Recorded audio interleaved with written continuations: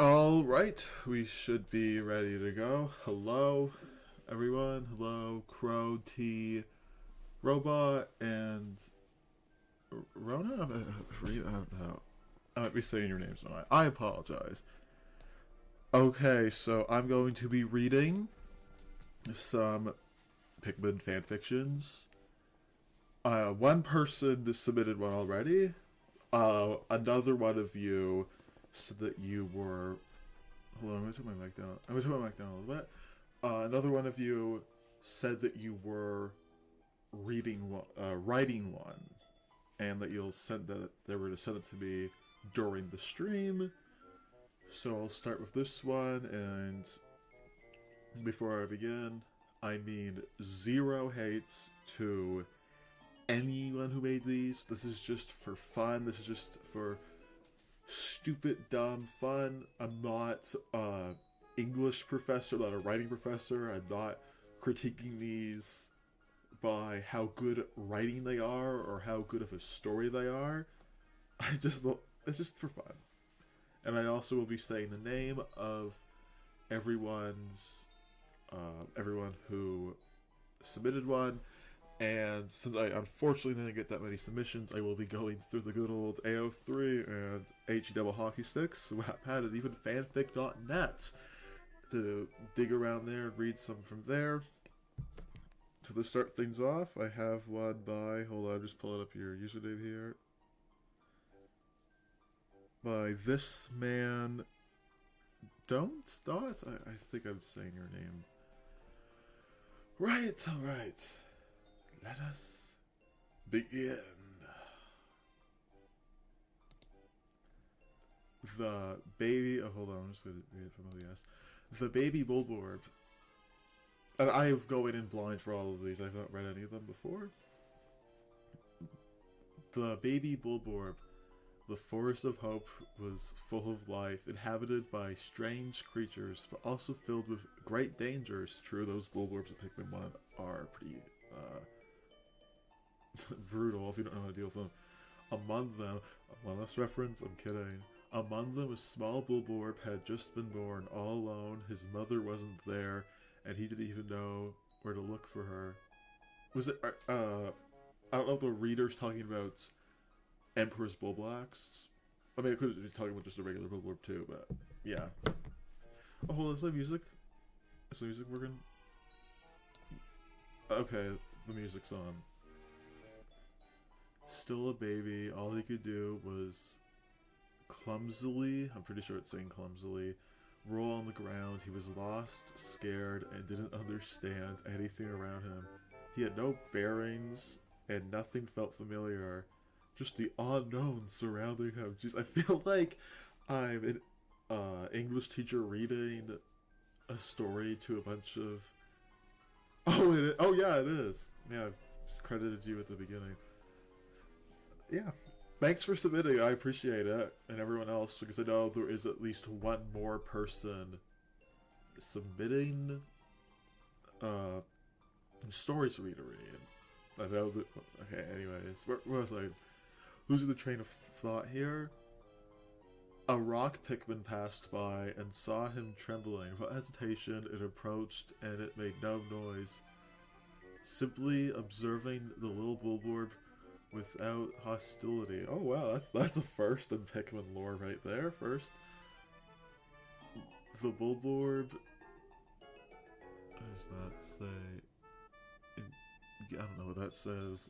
Engaged? I know it doesn't. Intrigued? But too weak to run, stayed still. After all, he was just a baby. I'm assuming it's about a Bulborb larva? Is that? I don't know, it's okay. Oh, also for the chat, I won't necessarily read it until after I'm finishing reading the sentence, because that will ruin my train of thought.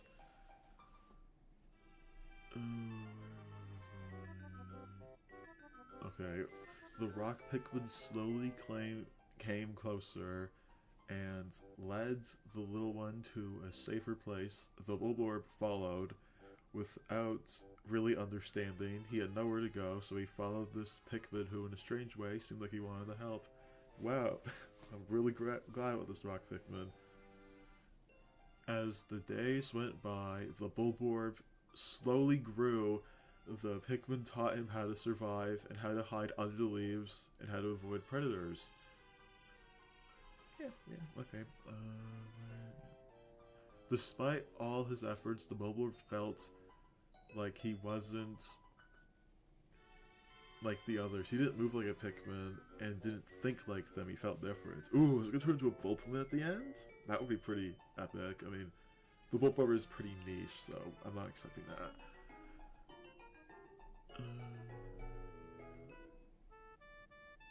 One day, driven to curiosity, he came near a stream. Get it? I'm streaming? Haha, I'm so funny. Some blue Pikmin were resting there as soon as they saw him. They backed away. They did not know he was harmless. The Bulborb felt their fear. He tried to approach, but they kept moving back. Then he felt rejected. He didn't understand. He was just a baby. Why were they so afraid of him?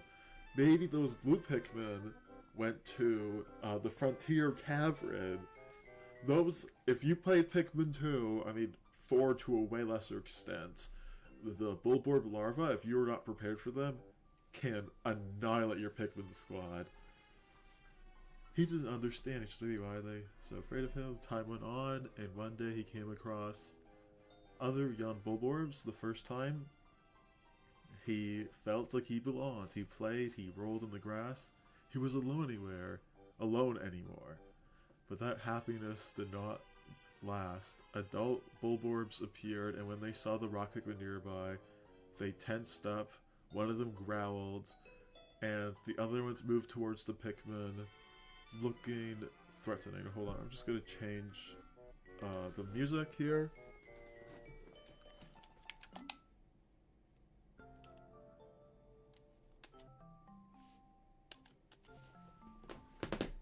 Doing this from Pikmin Square's music player, so I don't have to get spammed by ads.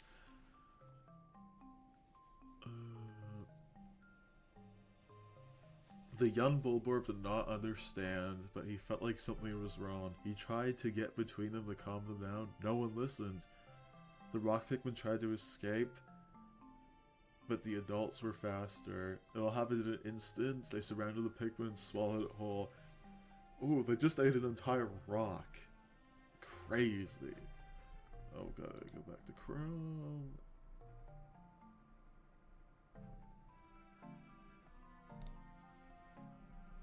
The Bulborb froze. He didn't understand why his friend had been attacked. Why haven't the other Bulborbs listened? He felt lost, alone, and even more than when he was born. He haven't even had time to act.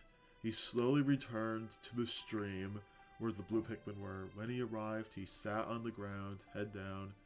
He moved his legs gently, staring at the ground, repeating the same gestures over and over. The Pikmin looked at him, watched his behavior, his movements. Then they understood without a word. They slowly walked... walk with him, okay, with him. Together they crossed the Forest of Hope. Good. Oh, I wasn't even trying to do this. Forest of Hope is playing in the background. Pretty epic.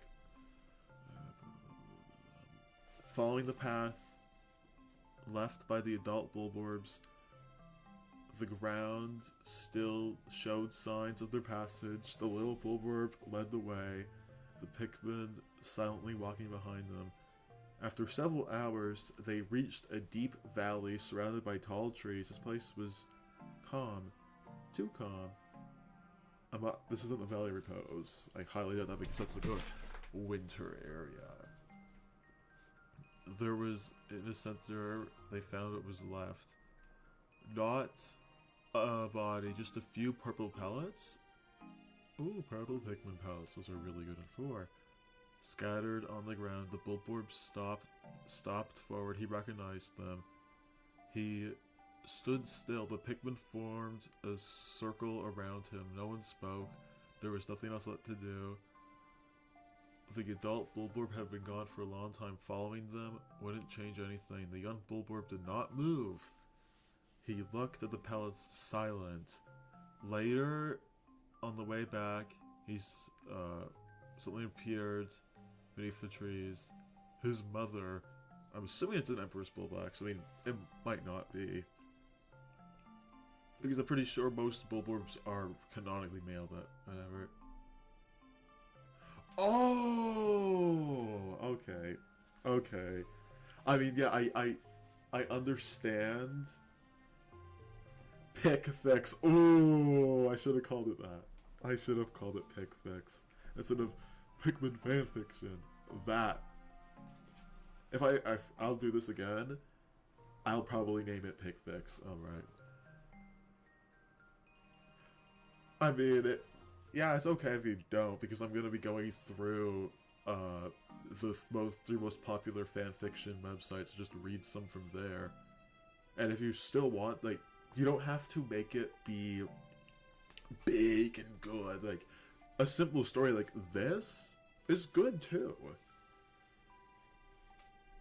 and you can make it be silly and dumb or serious too.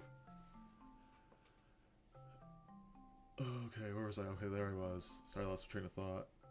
She appeared silently, watching from afar. The Bulborb looked up. He recognized her immediately. She didn't move.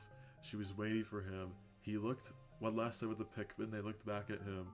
He hesitated, and then took a few steps towards her. She turned and walked into the forest. He followed her. Oh, I will do this again. Yeah, thanks for writing one. The Forest of Hope smelled smaller than before. Thanks, I appreciate it, people write stuff for this, and I'll just go through the AO3s as well, which I can't do that. The Forest of Hope felt smaller than before, and he would never forget those who had reached out to help him. The end. Okay, that was actually...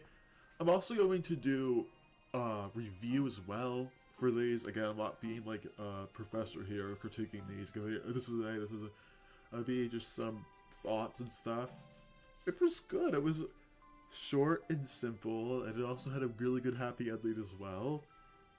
And yeah, Pikmin is kind of dark because it's nature.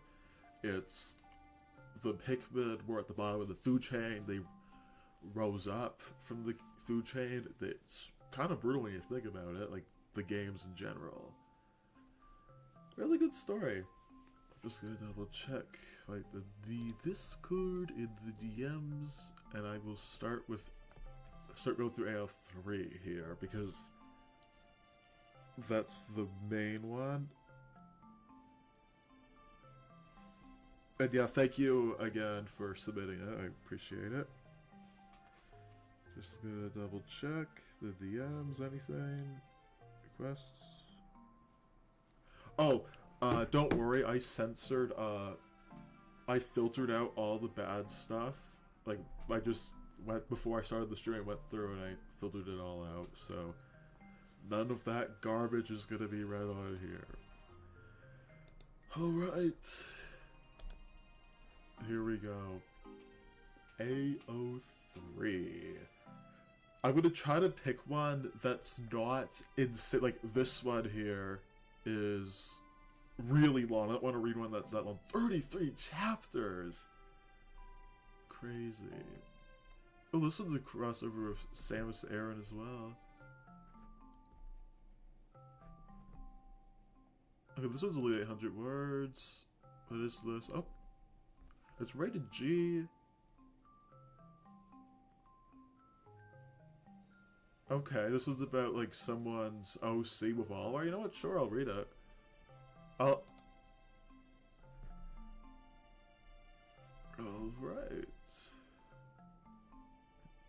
Also, I'm going to be leaving reviews for all the ones at AO3. I do not have a Wattpad account. I deleted it. Again, it's a very big rant. I don't need to go into it here, but I'd say I don't think I have a fanfiction on that account either.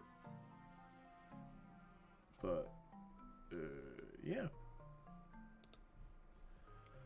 Oh, hold on. I'm just going to give me a second. Gotta get up my iPad for the chat because I can't see it via BS, just give me 1 second.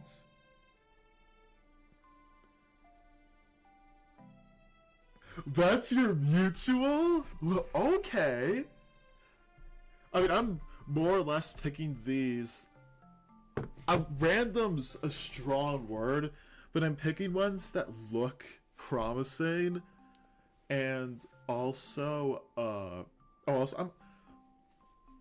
not going to be upset about ships here.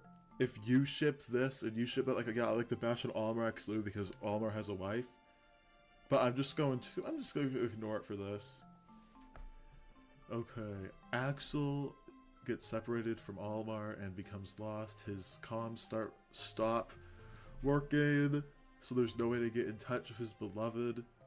His pain starts to flare up and seems to be... Is it startled, I think? So? Yeah, my pronounce any word is wrong. Just give me that. let it slide. Fortunately, the Pikmin are willing to lend a helping hand. This fic is about my young ship / self ship. If you don't like that, leave. You know what? It's okay. It's okay. I'll let it be. Alright. I'm pretty sure it's Axel. If I'm saying their name of their OC wrong, I apologize. Again, because I know lots of things with, like, spellings that I'm not used to.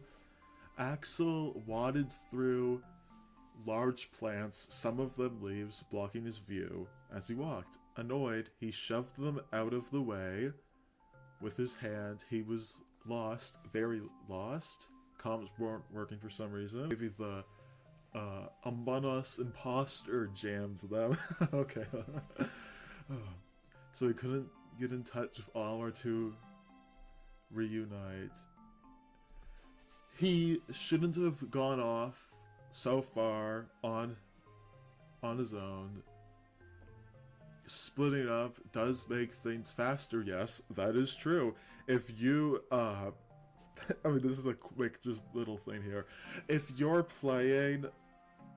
Oh, thanks, I thought so, I just want to make sure. If you're playing Pikmin, anyone past Pikmin 1, split up your captains, does make stuff go better, but realistically it would be more dangerous. Where am I? Okay. Splitting up does make things faster, but he gets distracted so easily. Sometimes he doesn't even realize that. Pain shot down his lower back, down to his legs. He shouldn't be walking without help. He grit his teeth, stopping in his tracks. His mixed squad of Pikmin. Ooh, I like the variety. Hey, there's more than 3 type limit does it 4. Squad of Pikmin all turn their heads curiously, making small sounds. He looked down at them, staring into their unblinking eyes. Sorry, just... Axel sighed, finding the right spot to sit for a minute. I need a second, okay? The Pikmin were ever so curious. It's not like they could speak Hoggitation. Oh, he's a Hoggitation. Okay. So Axel's words didn't mean anything to him, but maybe they understand his tone of voice being very different from his usual upbeat and loud demeanor. Demeanor? I'm pretty sure I'm saying that right. They started to chirp around him. Low chirps coming from the group. Do they also do that in the Pikmin games too? He gently reached out one of the purples. Ooh, purple Pikmin, goated. Yes. He brought with him, picking them up. He named this one Mike. Ooh, W name. Mike Ehrmantraut from Breaking Bad. Alright, I'll stop with the memes. Almar names all the first Pikmin sprouts he meets. I feel like that would be canon. Axel found it very sweet. The ship, was this the Hoggitate freight ship? I'm assuming, I don't know. I'll just let it be. Didn't understand and thought it was a waste of time. Stars, it's gonna get dark soon, the explorer muttered to himself, petting the purple Pikmin. If only you guys could talk or something. Would you even know where Almar is? Or maybe the base is a better bet. You guys could get back to the ship pretty well. The name made the group more lively. Mike ran away from Axel, going to chatter with the rest of the Pikmin. The spaceman looked confused. What? He questioned, as if he can understand them. What is it? Do you know where Olimar is? Olimar. Ooh, that's also, again, I appreciate the stuff that like comes with the games, because in Pikmin 2's two-player battle, when you have 3 or more yellow marbles, the Pikmin start saying Olimar or Louie. Okay, a yellow Pikmin said to him. The two repeated it. Then all of a sudden started chanting his name. Some of them were looking around as to find him. Axel just stared at them, amazed at how smart these guys were getting. Way! One of the red Pikmin shouted, pointing towards something. The rest of the group walked to the lone red, waiting for Axel to follow them. Well, you guys haven't let me down before. Okay, just give me a sec. He moved up to get, but that made the pain shoot down his lower back again. He yelped. Oof. He muttered.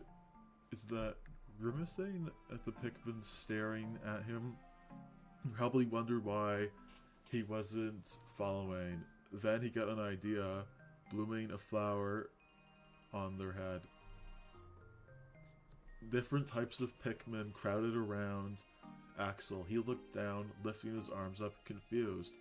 What are you guys? Whoa! He was suddenly lifted up into the air. The Pikmin were carrying him. Also, this happens in Pikmin 1 and 2 if you get the knapsack, and 2. Only mainly used for glitches.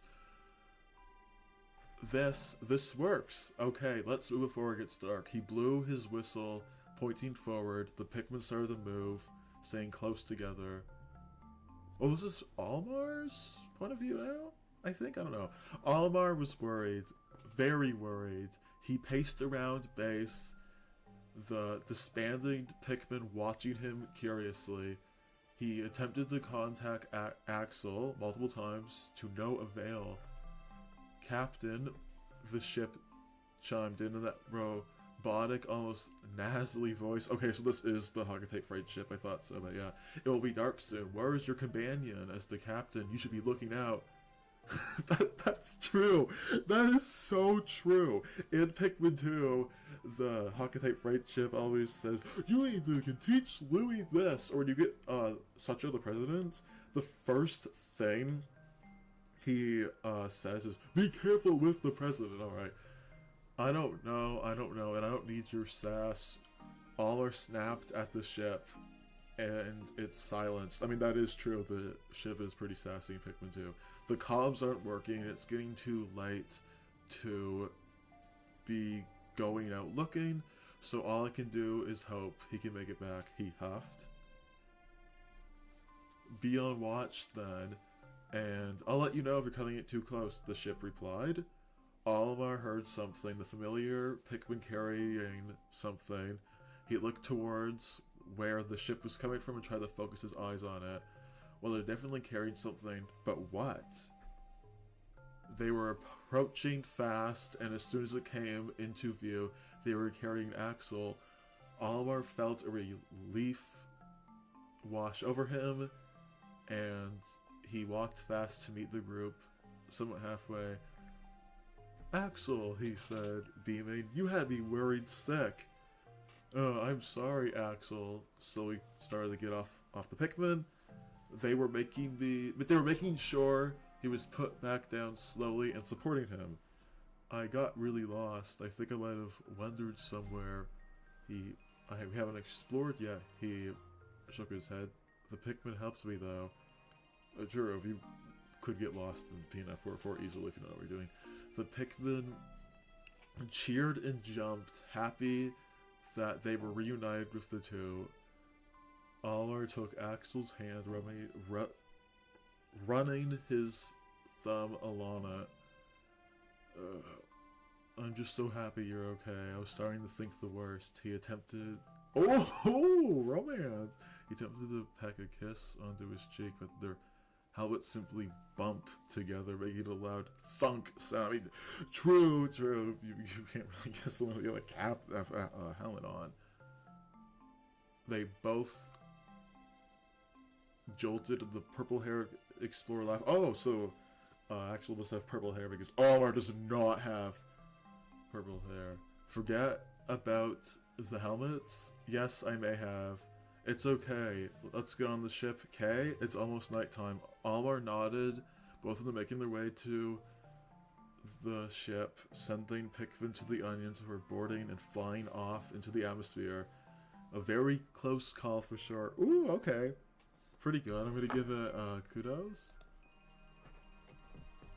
What should I comment? I'm just gonna say... this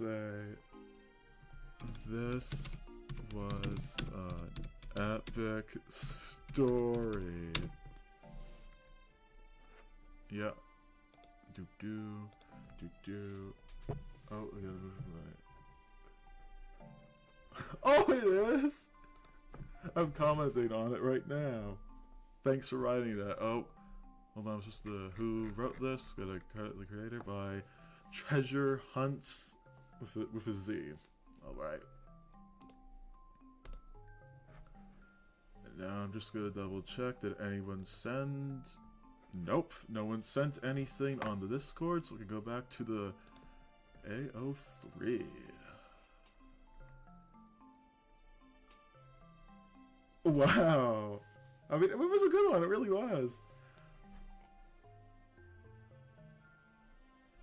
If you write this in the next hour, because I'll probably be streaming for like another hour and a half, give or take. I mean, it was kind of good. I mean, I don't really like, personally, you know, Olimar getting shit with other people because Olimar's a wife, but it's alright, it's still good. Okay, what's this one? Sure, it's only 500 words. Might as well.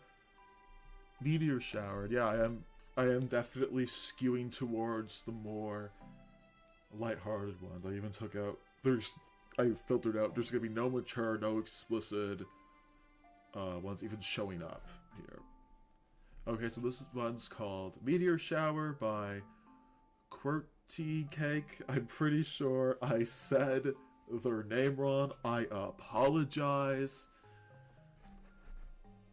What's about Olimar being a leafling? Okay, interesting. Meteor Shower by QWERTY Cake. I'm pretty sure I said the name wrong. Olimar realizes that he is not alone out here. You can pray leafed Olimar out of my cold... I don't know how to say... Angst, I think is how you say it? I don't know. Loving hands. Oh, it's okay. Not that long, but could be good. There wasn't much left of Olimar. Similarly, all that he had going for him, with him, he carried the same confident march as his own self. The same decisive, I think that's saying decisive, pointing the same adventurous spirit and all the aberration, I'm pretty sure it says, I don't know, in the world. If I say words wrong, please don't yell at me. This was embedded in him. Such a manner could not be extracted by the teething roots of plants. This starving hope could never be plant food. Is this a Plants vs. Zombies 2 reference? No, it's not. I'm playing through Plants vs. Zombies 2, just want to say that. Roots and stems wouldn't be able to bear the weight of it. And it was nights like these, he was convicted of all this heavy hope with him. He would tip over as snowdrop does when she must bloom. Agony was waiting for him, was waiting for the world to justify your optimism. Agony was watching the grass watch blue with midnight, feeling triumphant. I don't know what that says. Of beasts. making their way across the lands, and it's animal... Is that tracks? Traces? Traces. And it was an ache in Olimar's neck that kept himself rooting in place. Head tilted back, eyes up, staring to the abyss of stars. It was a part of him waiting for something. Unfortunately, he was too obscured by the foliage? Is that what that says? I'm pretty sure that's what it says. To be remembered what exactly. He tipped his foot. I don't know. Again, I'm sorry. I have ADHD, and some words I don't know how to pronounce that well. So just, oh yeah, this, and himself, and got back to work, doing what he couldn't pursue. I think it says. The Pikmin were all sipping their onions, orbiting and watching over him. A floral eye and a pollen iris. So that let him idle. Idling gave feelings of a place to take root, a ghost of curiosity, a spectacle, I'm sure it says, of ambition. He could smear those busy workings to his day-to-day, drawing them out with his cherie. I don't know what that's, again. Too many big words on this one. I lost where I was. My bad.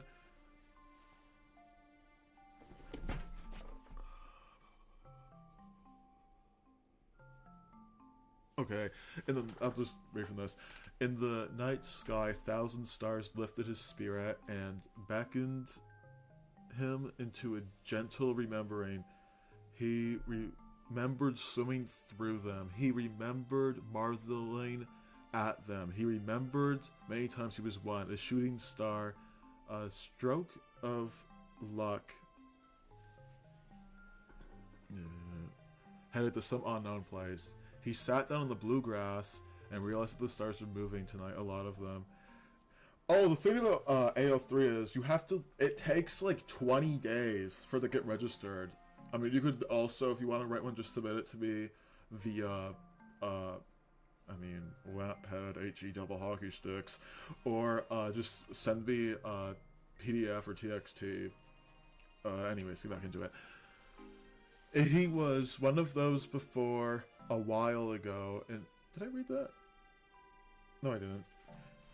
He was one of those before a while ago. In a falling star, he had became acquainted with the wonders and the horrors. He had almost died alone, died with 100 creatures around him.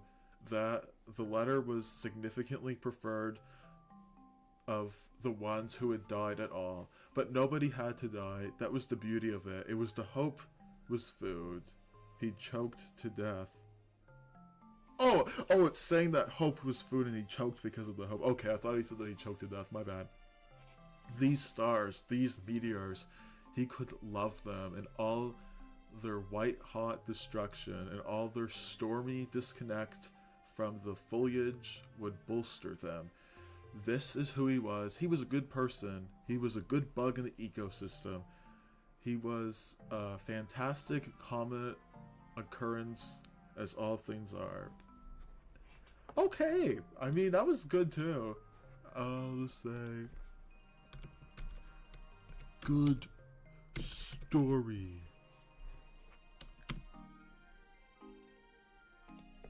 God, you gotta show support to writers. I might read one of my old Ao3 stories as well, because yes, I've written some before. I literally used to promote them on my Instagram. Someone like drew fan art of it one time. Alright.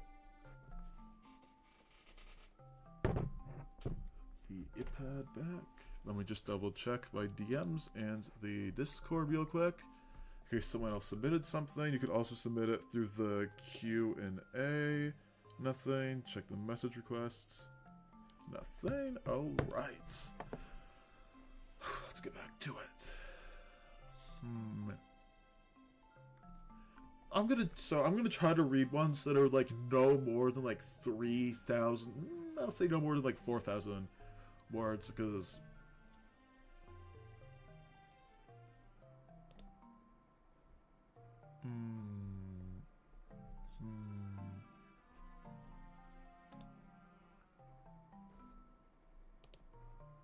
Oh, jeez, I'm not reading that one.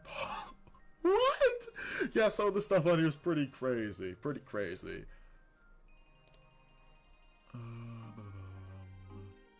Oh, this is like in Spanish. I only speak English, so I'm not going to read anything that's not in English.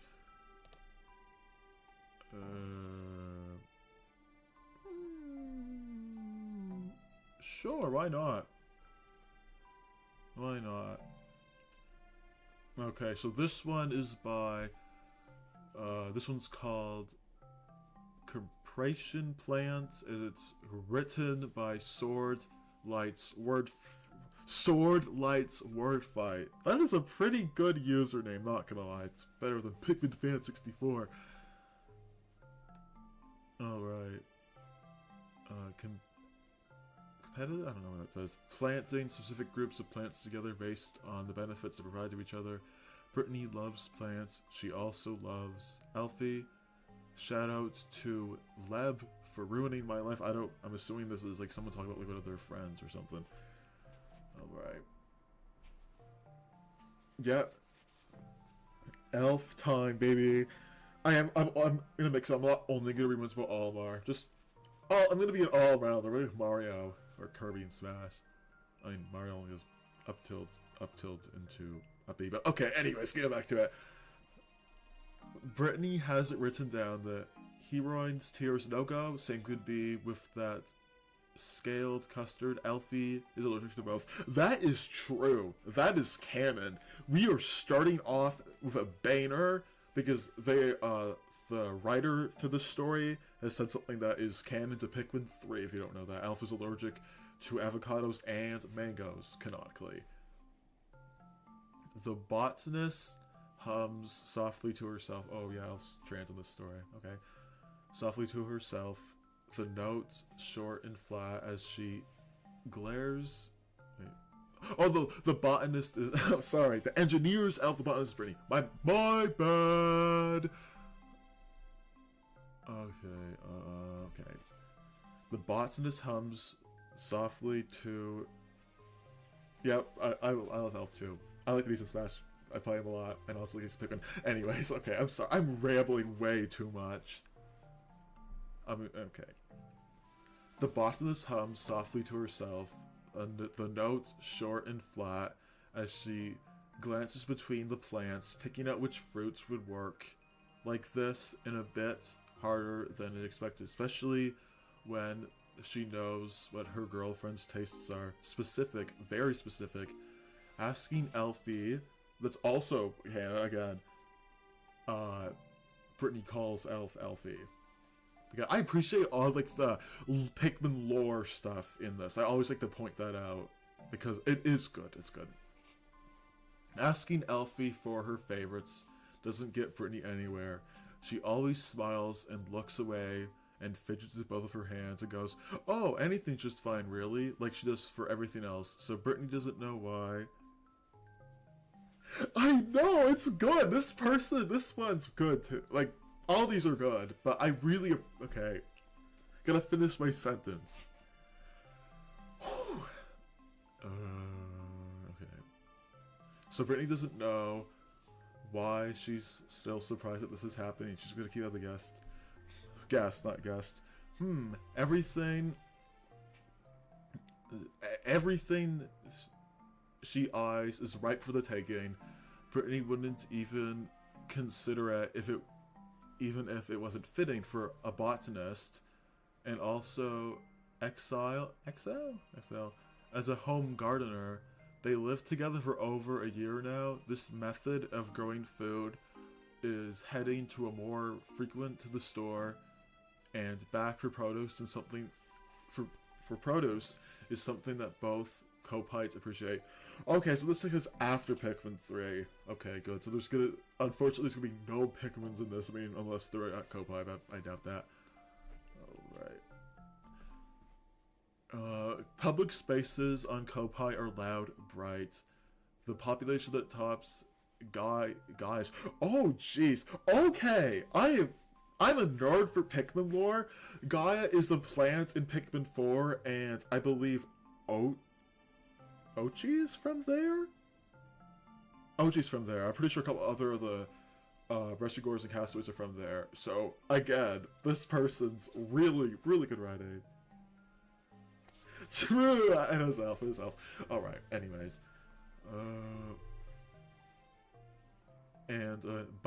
Bustling scenery that rivals on here. I'm pretty sure it's another Pikmin planet, too. I might be wrong.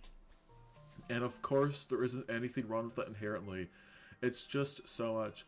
Alfie cannot stand sensory input. Okay, that actually sounds like something that would fit with the character. And Brittany gets overwhelmed by the crowd. Okay. I mean, yeah, Kopai is, they go to PNF 404 because Kopai has, a lack of food. That's the whole plot of Pikmin 3. So yeah, I also apologize for like nerding out too much, but like, I appreciate all the little nuggets that these writers are putting in. Okay. It's better for the both of them to, well, not avoid necessary things like getting groceries. I mean, yeah, getting groceries isn't necessary. That's how you eat food. Isn't that something? Kopai has had grocery stores here and there now, but the limited amount of trips had to be made, making a world easier. Okay. Yeah, true. Like, they're already firing in with, Elf canonical fruits. Like, he can not do the mango, he not do the avocado. And they're talking about Pikmin planets that are very obscure, and the only way they show up is when you go see the, what's it called? Like, the data ID of the castaways in Pikmin 4. Alright. Elfie likes sweet things, she thinks. Brittany has those details committed to memory, but she just can't break the habit of writing everything down. She doesn't like bitter, she doesn't like sour. Honestly, neither does Brittany. That is also another canon thing. Brittany talks about in lots of the fruit logs about this fruit is too sour, it tastes weird. True.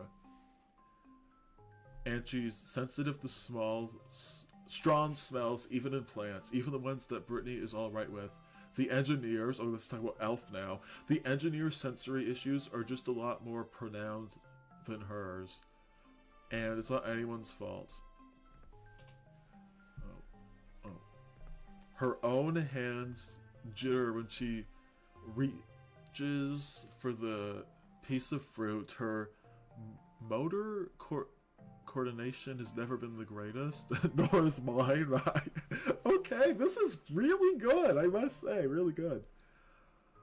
Has ever been the okay, but Brittany is trying, and she tells herself that is what counts.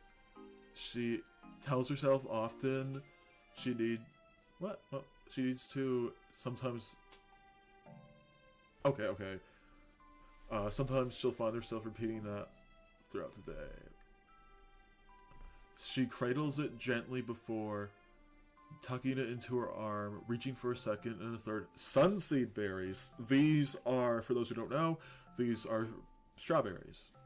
It turns out they grow rampantly around this time of year. That is also true. Where I live, there's a lot of strawberries are only grown during a certain time of year, generally speaking. So, again, I mean, this isn't really Pikmin, but yeah, I mean, it's pretty common sense that these fruits grow only blah time of year. Is Charlie going to be mentioned in this at all, I wonder? I don't know. Okay. She's so grateful they were able to take them home. The expedition was years ago. Years and years and years. And she remembers it like it was yesterday. Okay, so this is talking about when Elf, Brittany, and Charlie went to PNF 404. PNF 404. My bad. How could she not? The life of their planet depended on it. Their own lives were called into question non-stop. A shiver runs down her body. Ugh. She's just so glad it's over. I mean, to be fair, Pikmin 3 is the easiest Pikmin game, even on Ultra Spicy, so yeah, but yeah, that is true. If it was a real life fighting like the Quaggled Marclops or the Plasma Wraith, that would be terrifying. And like it or not, Brittany grew very fond of her crew members over the time. Oh, so this is talking about how her and Elf dated or moved in together. Okay. Like it or not, Brittany grew very fond of her fellow crew members over time. That bond strengthened over long they've been reunited to Kopai. She mulls over it while she's picking berries. The botanist has a profound nominous emotional attachment to Elfie, and in a different way, to a less extent, Charlie, she guesses. Okay, so Charlie as well. I mean, in Pikmin 3, Charlie's always like flirting with Brittany. I mean, a little bit. I mean, I wouldn't say obsessively flirting with her, but like there are lots of lines of dialogue about him flirting with her. Okay. She relaxes her arm, and the berries all tumble into her bowl. Isn't it fascinating how the biotical sense they ain't berries at all? The slapstick croissant matches that criteria. So the slapstick croissant is a banana. And yeah, banana's a berry. Yeah, it's good. Charlie's at least mentioned in this. Like, I understand he's not the main character again. You can like characters, you can ship characters, you like who you don't like. So yeah, I appreciate all the nuggets of information on this one. I really do.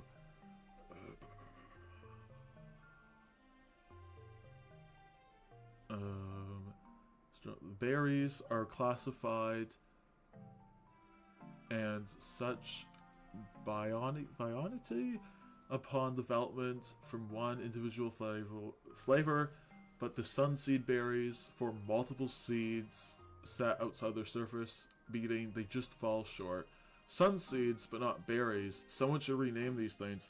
I mean, to be fair, again, for those who don't know, Pikmin 2 was the one to start with the sunseed berry and with the name of the kiwi, which I cannot remember off the top of my head.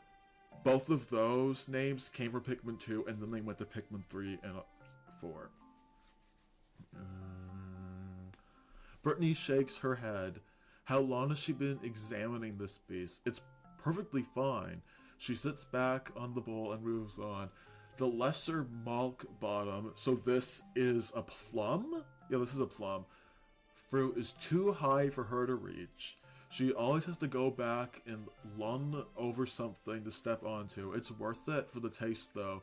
She'll hate to let the tree go to waste after... lost train of thought. After looking up for the long time of it, she has. The botanist tries to not fall off the chair. She unceremoniously dragged out to the garden as she plucks as many pieces as she needs. Not many, not yet. Take only what you need. I mean, little tiny thing, but I remember I used to go to U-Picks all the time when I was a kid, like the strawberry U-Picks, blueberry U-Picks, and I would fill up the basket. I would overfill the fruit basket. So, I did not listen to Brittany here. Brittany thinks back to the daydreams she saw once her research landed upon home safely. She was right to believe they must grow from trees, and even more to believe they'll be shorter than this one. 2, 3, 4 into the bowl. She wonders how Aunt Bay would treat a tree like this. True! Again! So for those who don't know who Auntie B or Bay is, she is Brittany's aunt, who she talks about a lot in the Fruit Logs again. I appreciate the... How much is left of this? Okay, not that much. Okay. Okay. Because I want to read a lot of ones, and I know someone is writing one as I speak that I'm gonna read here. Sunseed berries sit in the freezer while the chocolate hardens over them. Wow, so they're making chocolate strawberries. W. Brittany! W. Brittany! Okay, where was I? The lesser malk bottoms are sliced up and wait nearly at the counter, and no, you cannot shorten them to malk bottom because there is a difference, a very important distinction. Anything used to prepare either is a running dishwasher. Also true, the malk bottom, I don't know how to say it, is a peach, and the lesser malk bottom is a plum. I've been saying lesser malk bottom way more in the last 10 minutes they were having the last 9 years of playing this game. Okay. The familiar pace of footsteps appear from outside, telling her what time it is without even having to look. It's 3:30. Brittany takes a piece for herself before greeting Alfie at the door. Wow. Oh, okay, so now Elf's here. Oh, it's Valentine's Day! Okay. Okay, so now Elf's coming into this story. For the, first bit, it was only, from, like, Brittany's perspective. Now Elf's coming in, okay.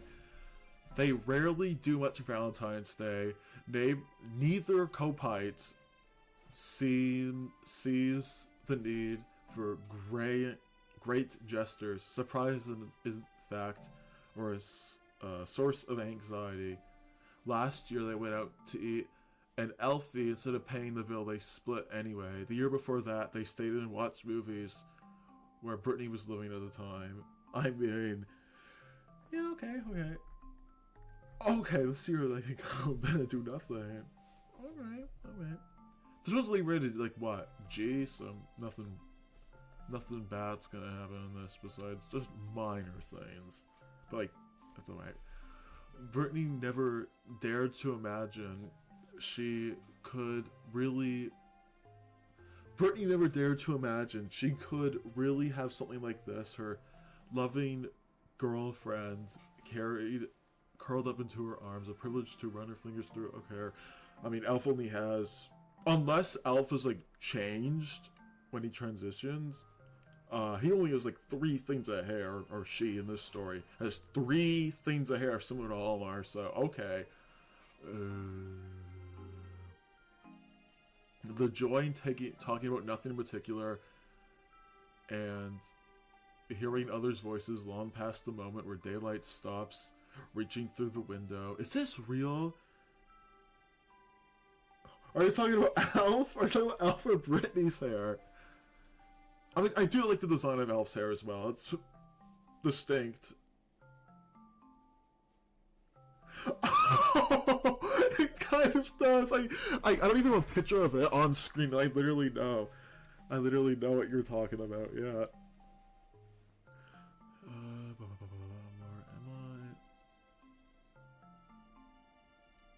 Is this real? She wonders sometimes. Is this what would I have this woman real?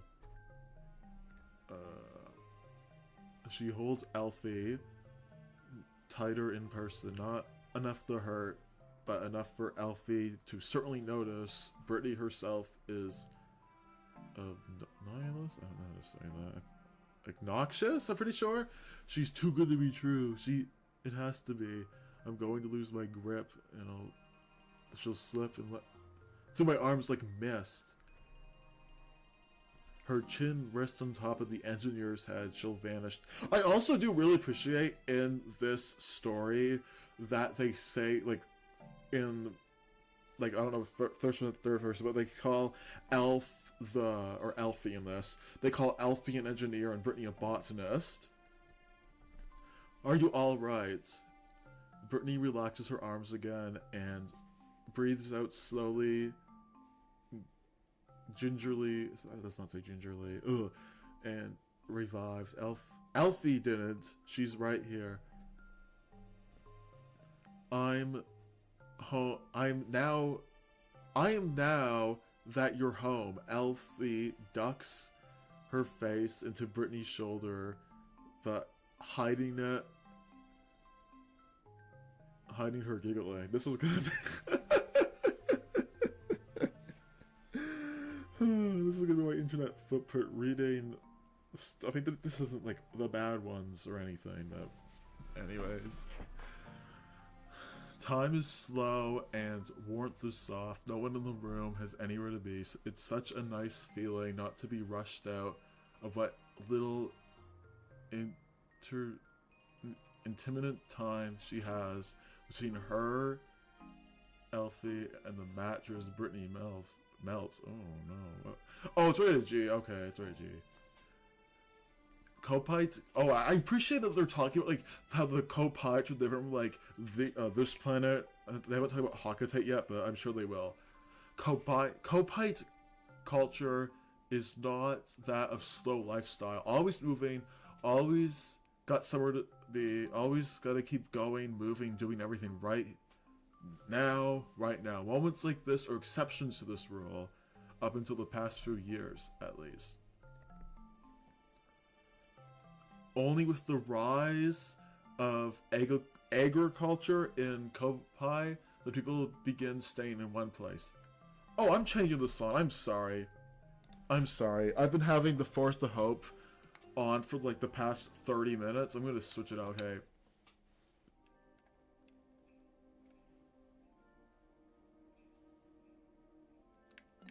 Hold on. Let's do.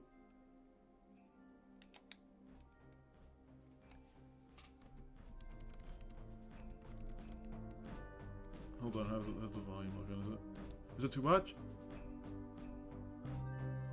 There we go. This is, for those interested, this is the Sugar Crash combat version. No, I'm gonna put the Sunset version on. No, let me put the combat version on. From Louis Quest, made by Pickhacker. Shoutouts. There we go. Okay. Where was I? Well, only with the rise of agriculture in Kopai, people begin staying in one place. Some people remain the way they were before, feeling reasonably uncomfortable with settling down in one place. Oh, the stupid One Piece memes have rotted my brain. When it hadn't been done in that way for their entire lives, for others like Brittany, the stability of one area feels like a breath of fresh air. Of course, she enjoyed getting to see the flora around the planet and the way each region's plant life varies dramatically, but she'll survive. That's also true on Earth. The plants where I live and the plants, I don't know, Australia are different. Packing up and moving anywhere is always such a stressful ordeal. For her anyway. A lot of things get in her ways that don't seem to affect the people around here, and the botanist has enough stress already to be leaking out of her ears. So she's always instead to cut down on whatever she can. As the agriculture has became more of a common practice throughout Kopai, so the concept of companion planet? I don't know what that says, my bad. The idea, of a planet, okay.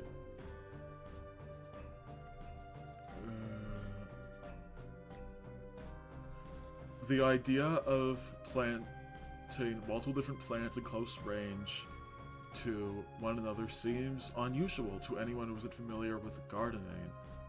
Okay. But when you really think about it, it makes a world of sense. Crops repel bugs, and naturally, that may be attract. Oh, hold on, is it wrong today? Let's turn it down a little bit. Attracted to surrounding ones, and vice versa. Whoever is working in the field is fostering a mutualistic relationship. That's also true in real life. I wasn't expecting to have all this talk about crops and this, but okay. It's such a fascinating topic to her. The caribatid of plants all the ways to work together when not complaining. Oh, Pikmin. Oh, finally, first mention of the Pikmin in the story. W. Pikmin. The Pikmin had always come to mind. Try as she might, she hasn't found anything like the one Kopai. One kind. I mean, yeah, Pikmin only exist on P404, not Kopai. Silence has lured into the air, only broken with soft breathing and tapping on the surface of fire without breaking the layer. Companion plants balance each other out, their weaknesses covered with each other's strengths, stronger as a result of it. Weeds suppression, habitat protection, and the preservation of shelter. There's a lot of plant stuff in this. I am surprised. Like, I'm not complaining about it, it's just an observation. Crash, nugget, and basil. Nutrialism, flowers and greens. Sunflower, cucumber. Brittany is a sunseed berry. She feels like Alfie would be something leafly. Okay. I mean, Brittany does canonically really like the sunseed berry. Legs tangled into each other like roots. Oh, wow, they're even using the plant metaphor again. Appreciate it. Stems and leaves wrapping so snugly it becomes difficult to tell where one person ends, the other begins. We're like very very close. Brittany is grateful for the lack of praying eyes. Plants can only handle so much tension for a day. Romantic relationships are difficult. They're also rewarding. Love requires all the care and tenderness you would put in growing a garden. You tend to the soil, you tend to the plants, and you make sure you don't let them scorch in the sun. Watching these plants sprout and climb and bloom is the return itself an award. Wow. Okay, this is like Shakespeare. Okay, like the plant and love metaphor. It also makes sense because of Pikmin. It also makes sense because Brittany's a botanist canonically. I really do like that. Alfie has grown more assertive since meeting Brittany, and Brittany herself has mellowed down. Okay, so this was the after Pikmin 3 because Brittany is very assertive in Pikmin 3. She dwells for that moment, hands running idly through hair until undoes the braid, eyes fixed gently somewhere on the ceiling, fastening a Montreal culture relationship. Scoring snaps her out of her thoughts. Brittany doesn't almost pick up the sound. She never did take the strawberries out of the freezer. She lets Alfie sleep. Brittany cuddles into her lover's head, their hands, her chest tightens, but the feeling she can't explain. My Alfie. Are you awake? No. It's morning, you know. No, stay here. Okay. I wish you could just lay all day. Oh yeah. Yeah, all 24 hours if I didn't have work to take care of. I mean, yeah, being an engineer, you're really working a lot. But 5 more minutes is fine. 5 more minutes is fine. Okay, well, that was certainly interesting. I mean, not just this, but reading like all like the romance ones kind of brings me back to being the stupid high school at reading Wattpad at lunchtime. And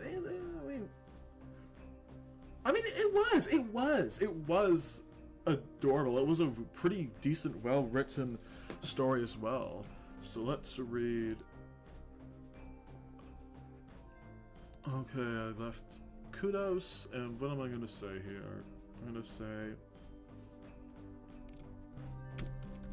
Oh, hold on, I'm gonna change my song real quick. I'm actually gonna change it like every 5 minutes. Let's do Distant Springs, shall we? All the Pikmin lore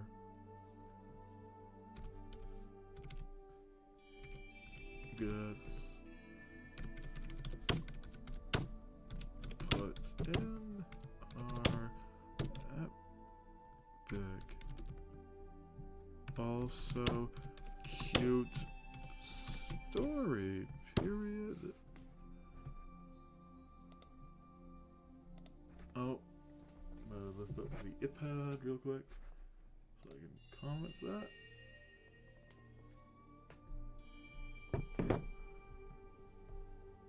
Oh yeah, true. There was also a lot of science metaphors in this too. Really good story. Again, go. Oh, it's actually, if you go to, my rules are, as long as there's at least one Pikmin character who's a main character, it's okay. You can put other things in it. It can be, hold on, I'm just gonna double check the, anyone submitted any of theirs, because I know someone is working on one.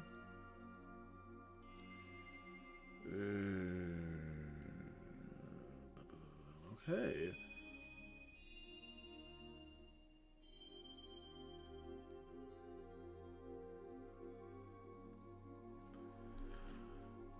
Now, and again, I'm not looking for like perfection. I'm just looking for, again, a cute story like I read before, or also just a stupid dumb story. I'm gonna go read a stupid dumb story now. Yeah, I'm still gonna be shooting for like another hour, give or take. Oh, what are the warnings?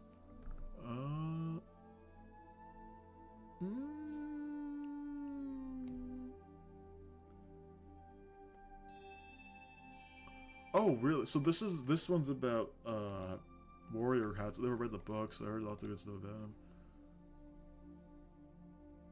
I don't know what that is.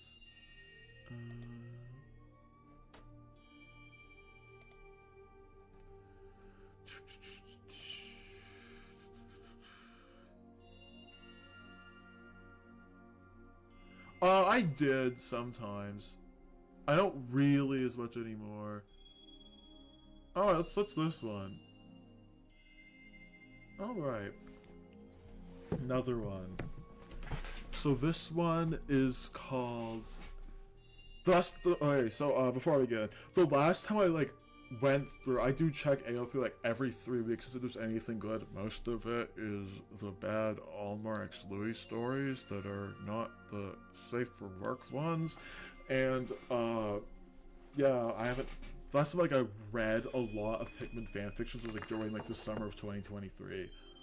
Okay, so this one is called Fluffy Paws by Trent Mucky? Is that a South Park reference to Mr. Mackey? Mackey? I don't know how to say their name. Alright. Captain Almar adjusted the antenna on his head, scanning the alien landscape for signs of life. The atmosphere on the strange new planet was dense, filled with the scent of... Oh, hold on. I'm just going to put Distant Spring onto the sunset version. No, those are the Forest Navel. Like karate.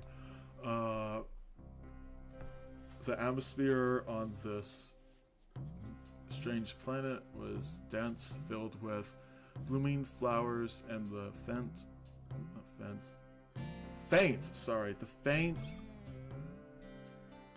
buzz of unknown creatures. Besides them, 3 Pikmin, 1 red, 1 blue, 1 yellow. I personally like to do red, yellow, blue, but it doesn't matter. They chirped excitedly, their leaf-like heads twitching as they waited for the next command. Let's see what this place has to offer, Almar said, hoisting his whistle. Stay close, everyone. The group moved through a forest of towering fungi. This would have to be Primordial Thicket, maybe? I mean, maybe the Forest Navel, because the Forest Navel only has Puffstool as like the only mushroom thing.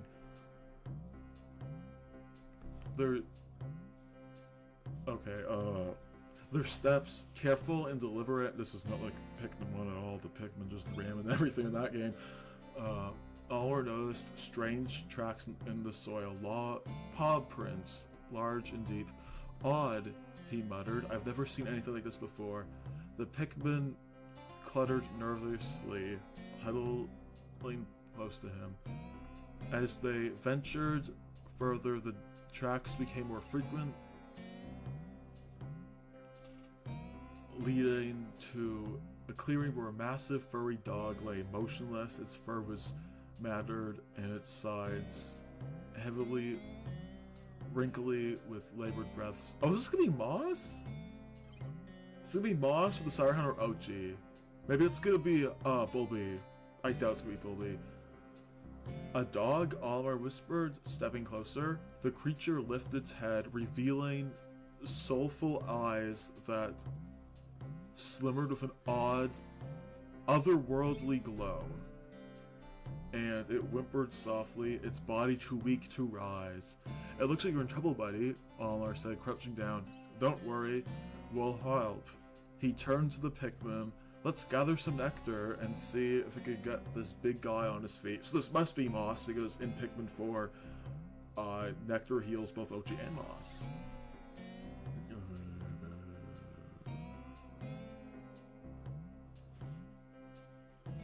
Looks like you're in trouble, buddy, Olimar said, crouching down. Don't worry, we'll help.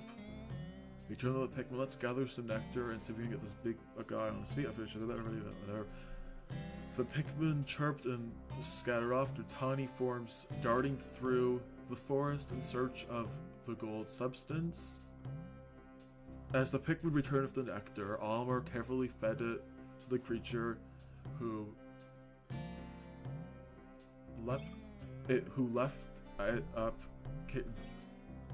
Rightfully, the strength seemed to flow back into its limbs, and it stood shakily, waving its massive fluffy tail. Oh, sweet OG. Maybe it's a Sirehound. Maybe it's a Sirehound.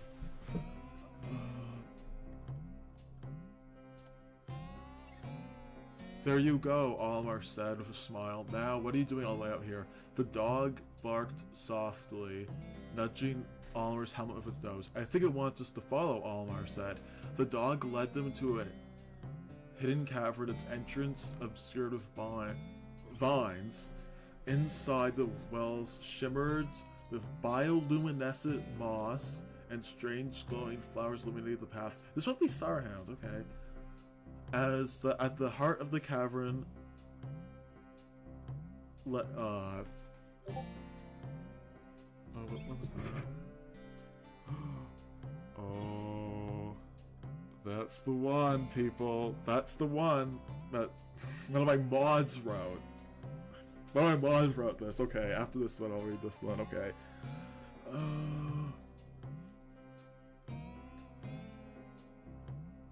Okay, the dog led them in. Okay, at the heart of the cavern lay a nest filled with small glowing eggs, but the nest was surrounded by hostile creatures, bulborbs with glowing red eyes. The dog growled protectively and stood in front of the nest. Olimar understood immediately. You're trying to protect this family, he said. Don't worry, we got this. Olimar blew his whistle, and the Pikmin sprang into action. The red Pikmin charged forward with their fire-resistant bodies, distracting the bulborbs.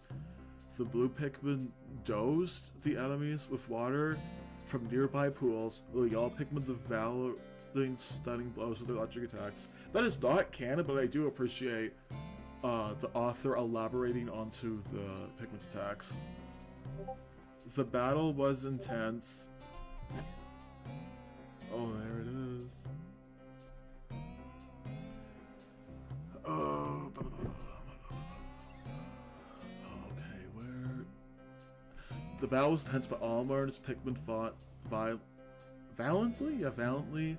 The bulborbs retreated, the red eyes dimming as it disappeared into the shadows. So this must be taking place at night, because in Pikmin 4's night mode, not just bulborbs, any enemy, their eyes start going red. The dog barked joyfully. Bonding over to the nest, it nuzzled the eggs gently and turned to Olimar, its eyes filled with gratitude. We make a great team, Olimar said, patting the dog's head. The dog barked again, and then picked up one of the glowing eggs, planting it at Olimar's feet. This must be a bulborb egg. I don't think they come out of eggs. That was bulblax. Okay. A gift? He asked, his voice soft. Thank you. As the sun set over the alien planet, all the Pikmin retreated to the Dolphin 2. Hey, Pikmin reference! Okay! Again, for those who don't know, in Hey Pikmin, you play, the ship is the SS Dolphin 2. Just like the Krusty Krab 2. No, it's not.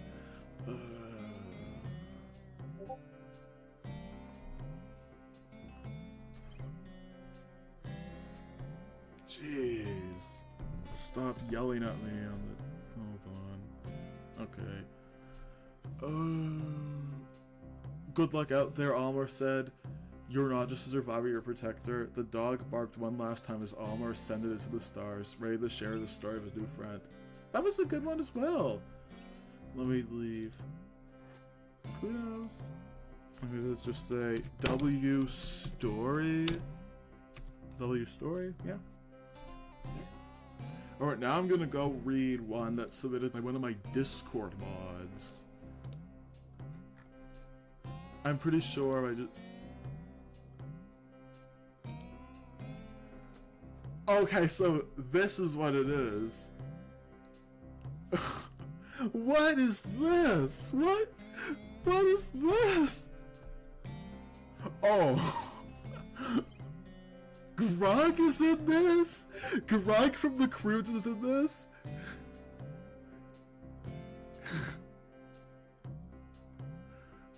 What? Okay. Oh, I'm in this? I'm in this story too? It says Pikmin Fan 64, I'm in this too? Deku is in this? Seth okay. Okay. Let's go.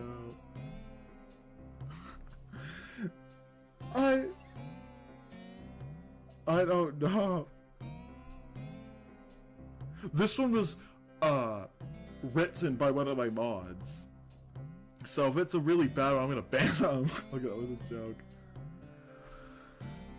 Okay, I'm just gonna look at the tags one last time.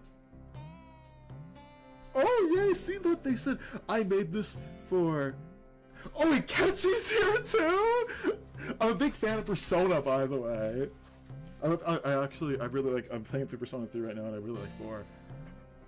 Okay. Gameplay. And Dexter Morgan's here too. Okay, this is gonna be really interesting. You can make stuff like this. Okay. Oh, the reason in Smash Ultimate, in Almost Worst Matchup is Cloud.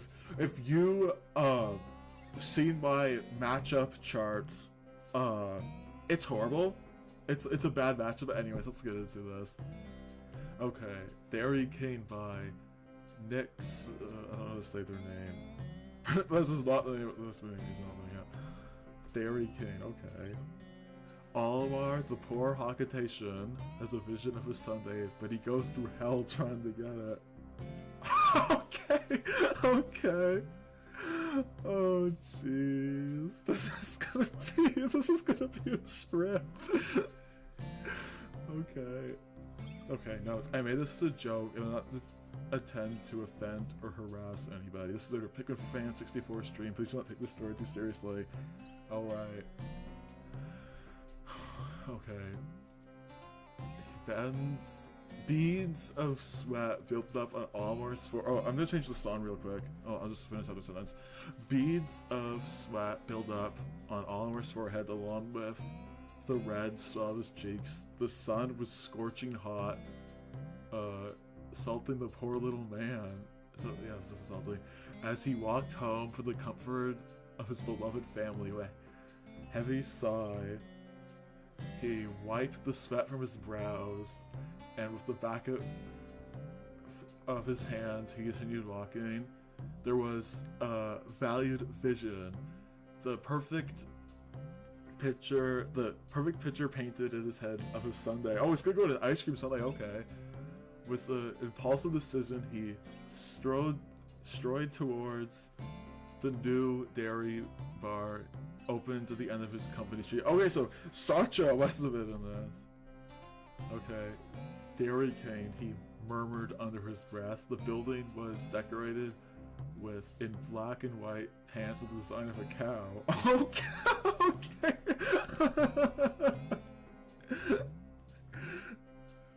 Okay. There was an absurd amount of pink and silver sparkles covering the prince. Oliver found it intriguing, to say the least. It wasn't until he opened up the doors when his jaw dropped out of his head. Bro! What in Ohio is this? Oh yeah, I'm changing the song. Before I go, I'm changing the song. I'm gonna put on the stomping one from Louis Splash. It goes really hard.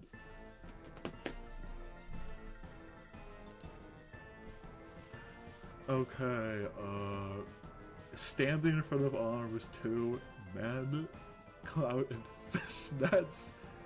Bro! Okay.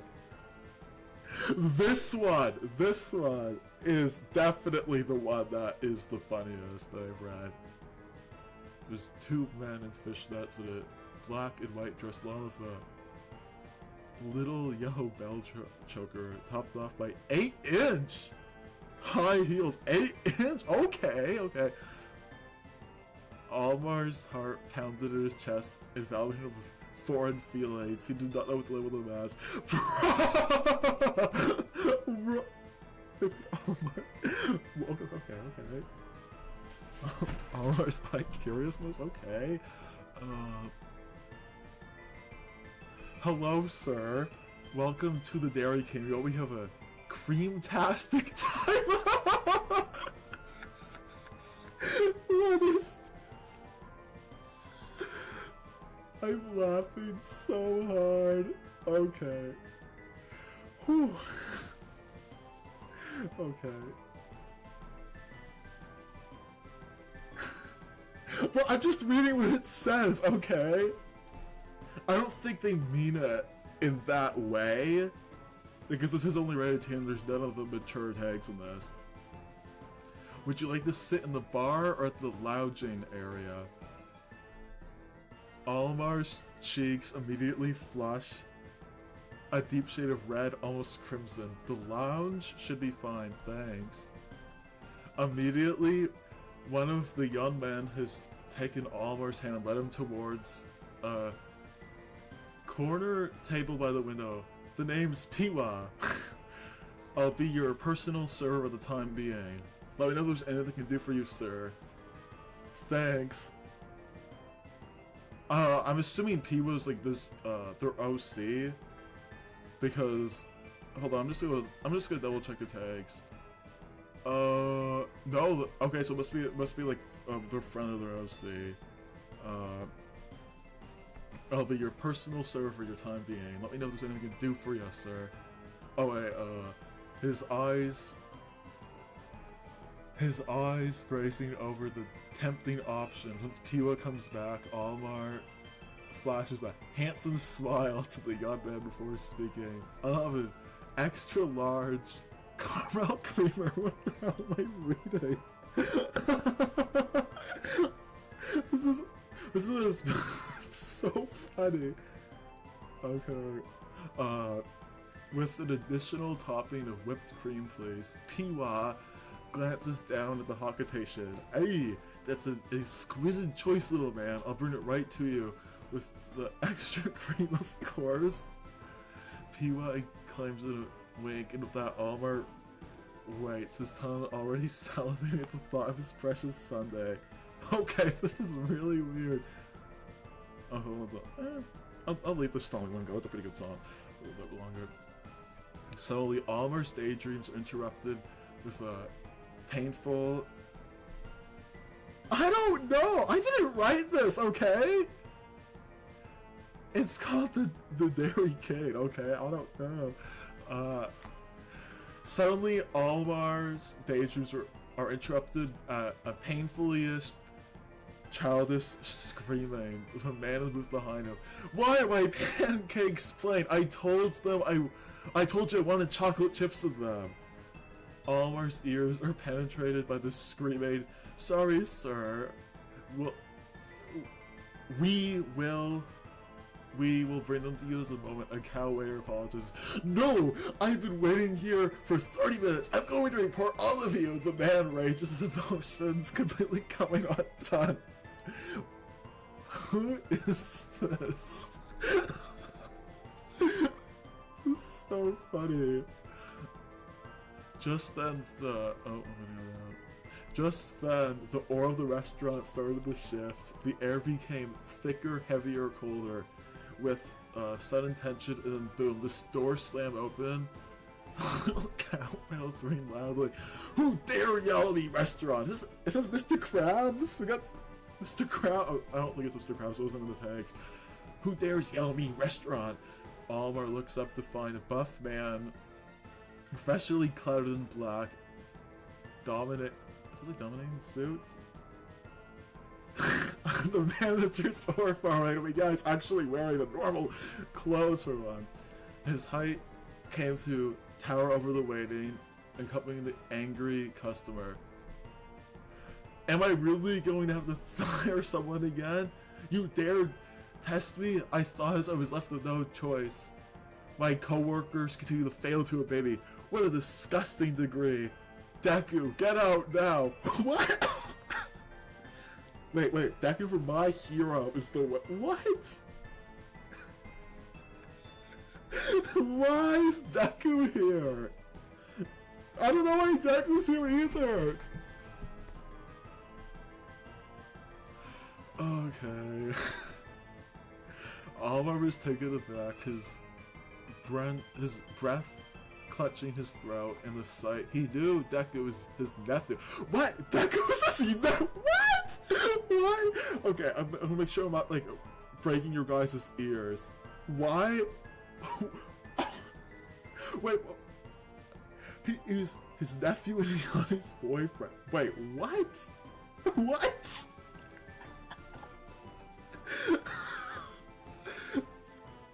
I don't know. No, hold on, I'm just gonna change the song real quick. Let's do Bounty of Crab. Whew. Okay. He knew Deku Yoni.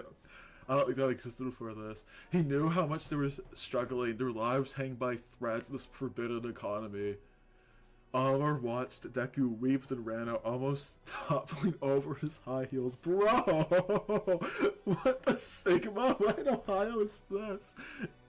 The sobs carrying out the door and into the streets of sun-speckled Terrace Street. Okay.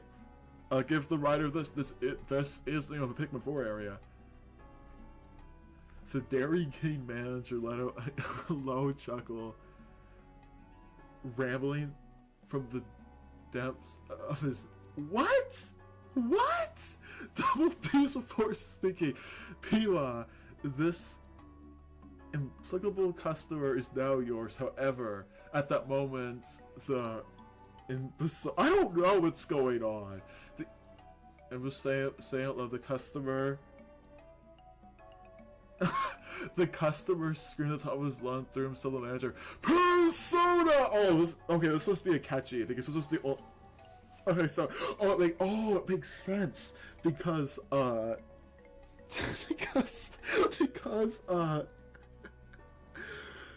because it said that there was, Goro catchy on this, and they don't say anything else about... anything else, okay. The manager went flying back, or something like a feather in the wind, crashing to the ground. I mean, to be fair, Kachi is pretty powerful. The singular black wing. Oh, is this supposed to be Sephiroth then? Because he has a black wing, it said, okay. Became from the back to begin the fight, crashing into the walls and tables. I don't know, buddy. I did not write this, okay? I did not make this. This is a weird... Okay, the masked boy crashes into the ice cream machines. I'm laughing so much. Almar panics, seeing the violent interactions. He fishes his phone out from his pocket and calls the cops. How about the Dairy Queen? I think someone is going to die. Okay. Okay.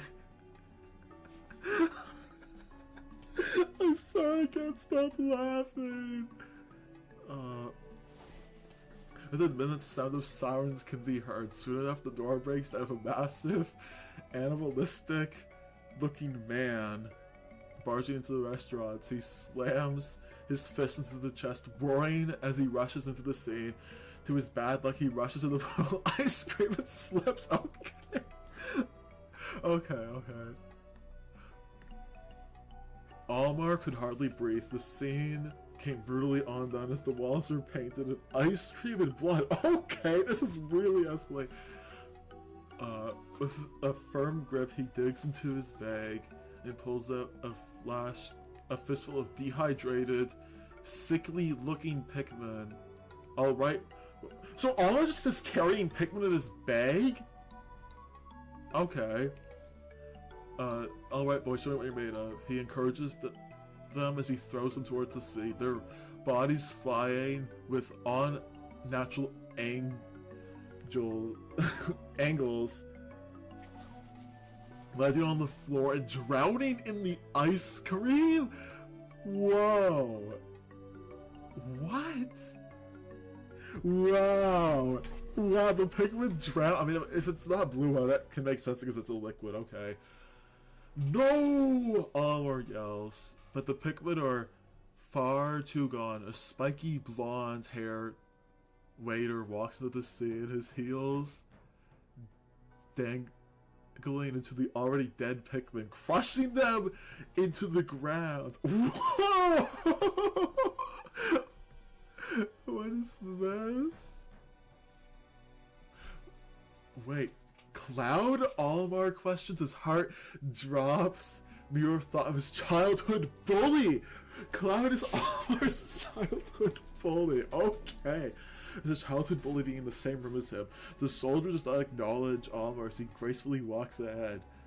The light bouncing off his sword. Oh, of course he's wearing a dress too. Jeez. His dress flattering slightly before crashing his sword down into the masked boy. Sorry, boss. Akechi shouldn't bother us again. Cloud, my most loyal worker. Such a puppy. Whoa. For you have proven yourself delightful, worthy as your position at Dairy King. Now get rid of the body. Okay. What? Now get rid of the body and clean this place up. Of course, Seth the Roth. I mean, Sir Cloud Smears, I think it says. Watching the boss walk away. Alright, everyone. This place needs to be clean, spick and span. We must not disrespect Seth the Roth or Dairy King. What? However, the damage taken upon this place is immense. Large amount of money is required for repairs.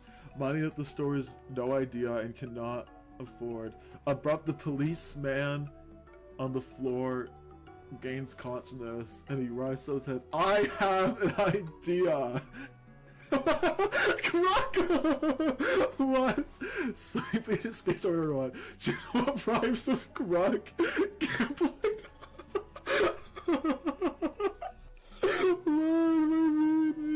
What am I reading? What? Grug is promoting gambling.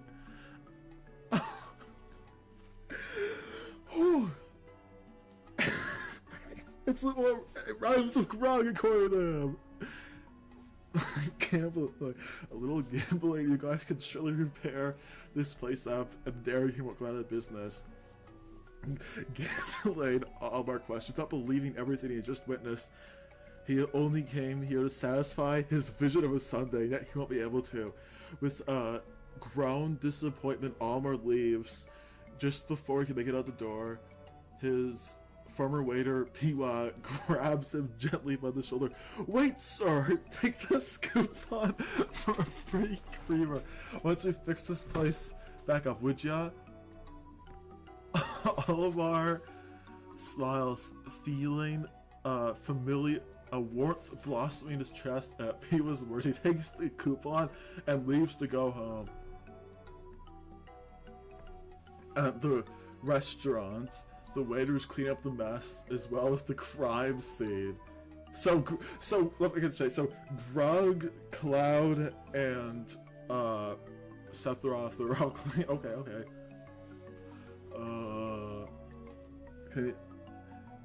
And we're gonna go to the casino led by none other than Grug, who has happily volunteered to help them with their gamble. What am I reading? What am I reading? What am I reading? Oh, you must have been the one to write this! Honestly, I know you're there.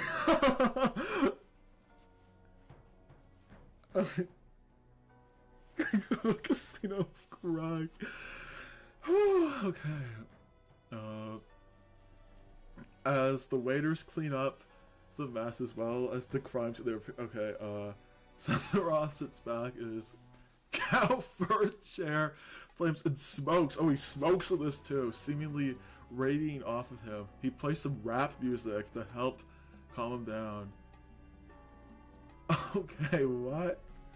As a week goes by, Oliver's cravings at his highest peak. He wants the Dairy King is back up and running. Grabbing his coupon, he strode down the streets. Looking for a loyal employee, he needs to do a background check, beauty check, skills check, coming for a personal interview. Oliver reads up a big sign and immediately flashed the picture of it and said it was unemployed Pikmin Fan 64. Bro! No! I mean, hey, at least I'm friends of Olimar. I'm friends of Olimar, so that's good. I'm friends of Olimar. With that, he steps in, and this time he isn't greeted by the charming smile of Piwa, but rather Cloud. His barbarous steel eyes. Olimar had a huge bone to pick with this man. This man would bully Olimar to no end. He must have killed thousands of Pikmin. True! Cloud back air and Cloud there are Pikmin killing machines. Cloud squirts off the picture in front of him, but he is obliged to be of service of him. Then he leads him to a booth and sits him down the menu. Enjoy, Cloud speaks. No emotion behind his words. Olimar rolls his eyes, taking the menu and decide on the same treat previously. His eyes dart around the restaurant, taking the new furniture. It seems even more sparkly now. Guess there's the one thing at the casino.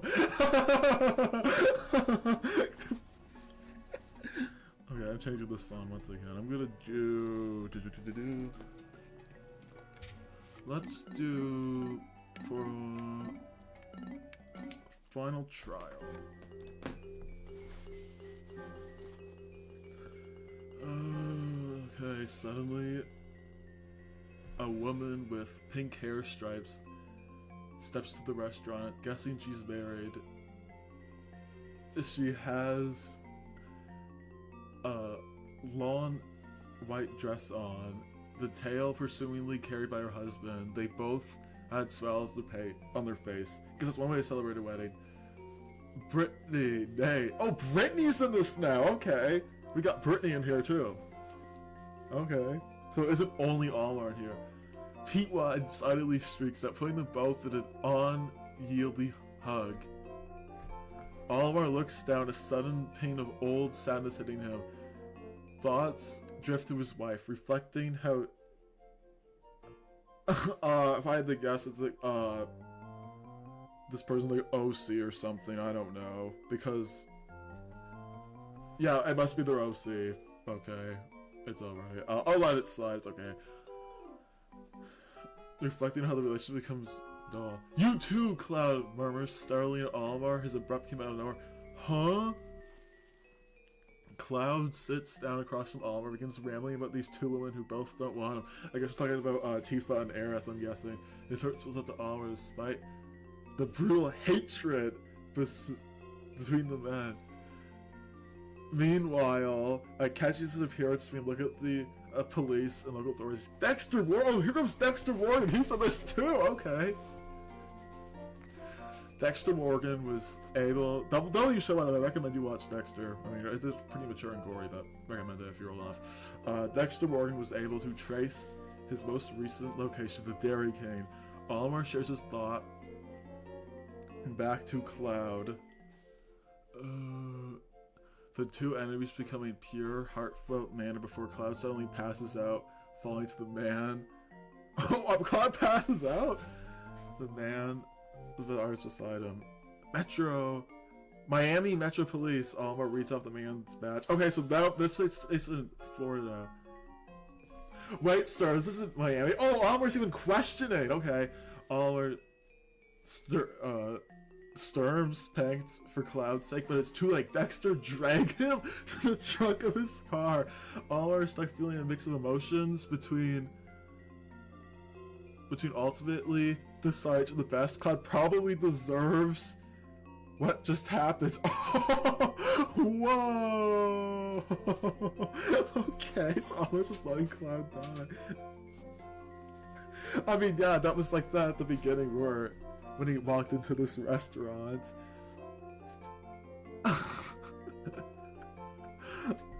Okay, he waits for a new server to come and takes his order of the caramel creamer with extra whipped cream. At this time, he has a large side of fruit, assuming of pineapple, peaches, and pears. P.O. reaches off his creamer and fruit and wants Olimar to have a good experience this time. Bakugo? Oh, okay, here comes Bakugo. Okay. Bakugo. Here we go. So we're gonna need a lot of caramel, okay? Get on it ASAP. Bakugo, what? Oh, I'm just gonna pretend he's like making it in the back, alright? Like, I don't know how you make caramel. I don't know how to make caramel. Oh, whatever. Then gets back to work and caramel ready for Olimar's sweet cheek. Pee-wee goes to the kitchen to arrange the fruit bowl and notices the absence of pears. He swears under his breath for remembering the pears are supposed to arrive today. As on cue, the pear truck. Okay, so there's a entire pear truck in this. The pear truck pulls up, loaded with hundreds of pears. The driver stepping out carrying a big tub of them in his hands. The driver can't help but pull out his phone. Okay. What? He pull out his phone and walks, experiencing withdrawals, needing to scroll Instagram Reels. Okay, I mean, my primary audience is on Instagram, so whatever, makes sense. The addition of him dropping pears, spilling them all over the floor must have been this man a lucky day, because the sound of cowbells can be heard signaling the manager's present. Sephiroth steps out looking down at his feet to find numerous pears on the floor. Immediately,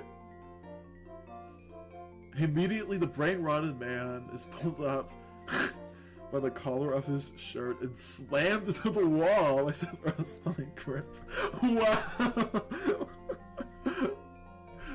The man gasps out, his body's struggling a bit slow.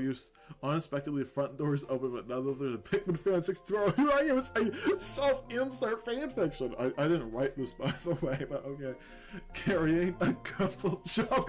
They even censored job. Sir, I need a job. Please take a look at my resume. I saw a perfect fit. Let me speak to your manager. Sephiroth throws the delivery boy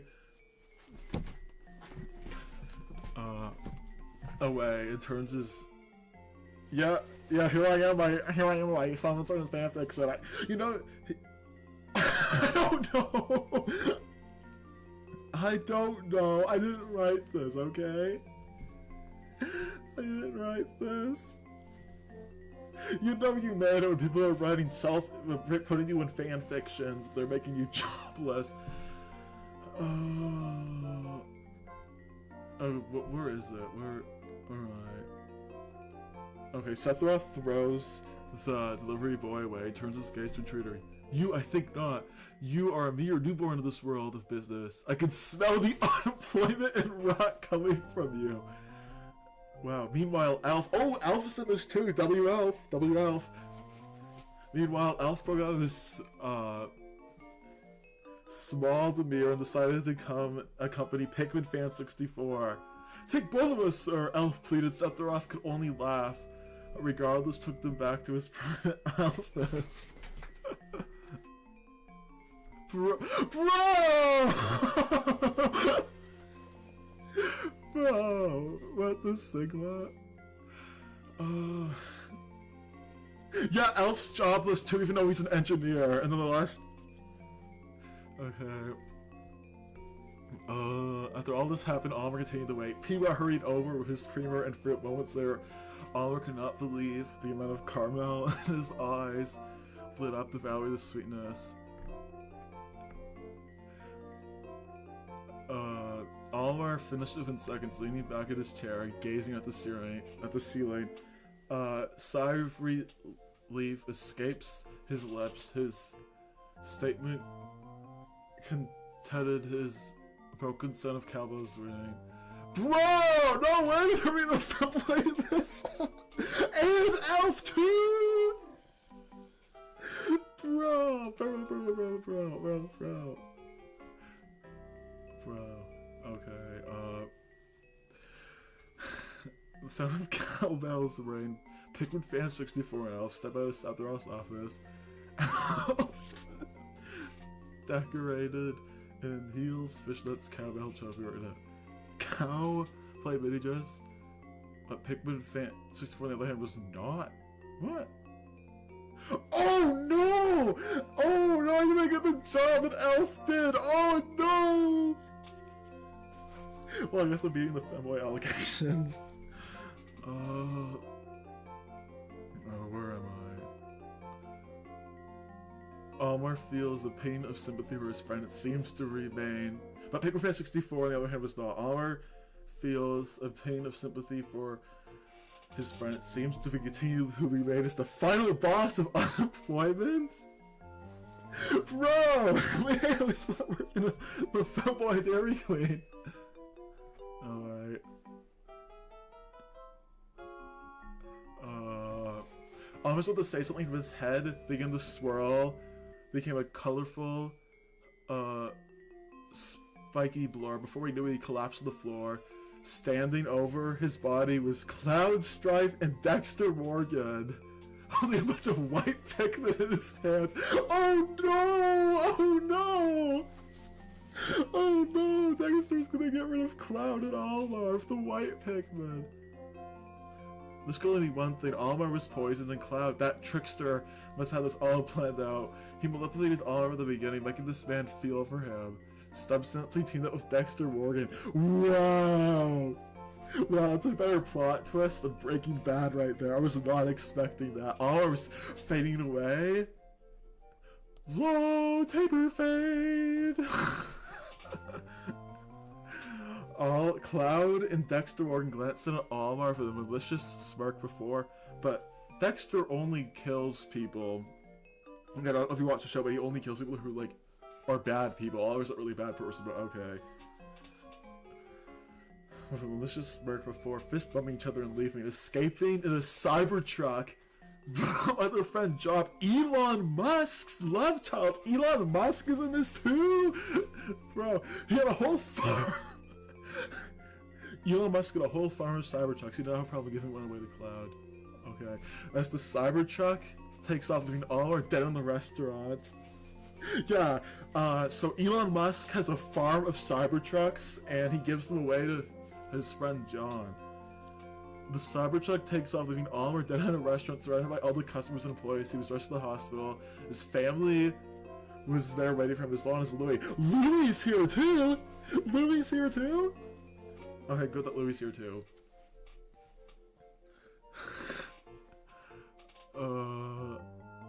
It sadly was waiting for the long Louis, which is a bittersweet moment considering how much Louis hated him. Okay. After Louis did try to steal. Bro! Okay, so in this story, Louis tried to steal Almar's wife. Almar lays in his hospital bed. Krug whispers in his ears, "No, it'll be okay, little man." Yeah, so Louis tried to take on Almar's wife. Almar lays in a hospital bed. Grug comes to whisper in his ear, "It'll be okay, little man." Rug rhymes with Grug, and so does Revival. Grug must have been an angel. That's no. To be fair, the president was not mentioned at all, or yeah. How dare you forget about Grug? Everything rhymes with Grug. The Grug rhymes with Grug, so does Revival. Grug must have been an angel because Almar woke up and everyone cheers. People are crying to give Almar Grug is an angel a coupon of lifetime free creamers at the Dairy Queen. With that, the crew celebrates at the Dairy Queen. Tyler the Creator is in this too? Tyler the Creator, like him, was pretty hard. Tyler the Creator, blessed Dane, loudspeakers, drink up. Oh jeez. Be happy. I didn't write this! I'm pretty sure it's what they're talking about, like, for ice cream. Like, you get, like, a Blizzard or a Dairy Queen, or you get a McFlurry, or I don't know. And be happy, chat. Almar yells. Let his silly slide slip out, unfortunately. Bro! What? What? Okay, I'm just gonna skip past that. And chaos breaks out with the Dairy King into the Dairy Goon. What? What? What? I don't know. So I can't take it anymore. So he's just on the corner with his 6-foot-long sword, and Almar watches as the ghost of the goon. What? Faded in the air. It seems like Pikmin dying, but who is to carry his infinite caramel creamers? Almar whistles up all his Pikmin and then enjoy the Dairy King. Woo-hoo, the end, IG. Cheers.